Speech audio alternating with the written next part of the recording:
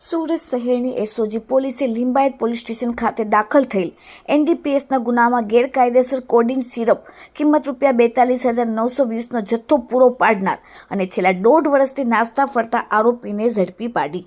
Surat police કમિશનરના આદેશ મુજબ સમગ્ર સુરત શહેરમાંથી નાર્કોટિક્સની બદીને સંપૂર્ણ નેસ્ત નાબૂદ કરવા માટે સુરત શહેરમાં નોંધાયેલ નાર્કોટિક્સના ગુનામાં નાસ્તા ફરતા આરોપીને ઝડપી પાડવા માટે સૂચના આપેલ હતી. જે સૂચનાને અનુસંધાને એસઓજીને મળેલ અંગત બાતમીના આધારે ખોડિયારનગર અંકુર 4 રસ્તા રોડ રાજેશ સાયકલ માર્ટ પાસે જાહેર રોડ પરથી આરોપી ભરત ગોપાલભાઈ તેલી ઉંમર 29 રહેવાસી સાંઈ દર્શન સોસાયટી ડિંડોલે તથા હાલમાં રહેવાસી વરાછા અને મૂળ ગામ ગિલ્લુડી રાજસ્થાન વાળાને ઝડપી પાડવામાં આવેલ છે. આરોપીની પૂછપરછ કરતા પોતે પકડાયેલ આરોપી શોએબ રજીતનગર વાળાને કોડિન સિરપનો બોટલો આપતો હોવાની હકીકત ધરાવેલ છે. આરોપીના ગોરાદરા પોલીસ સ્ટેશનમાં 5 જેટલા ગુનાહિત ઇતિહાસ ધરાવે છે.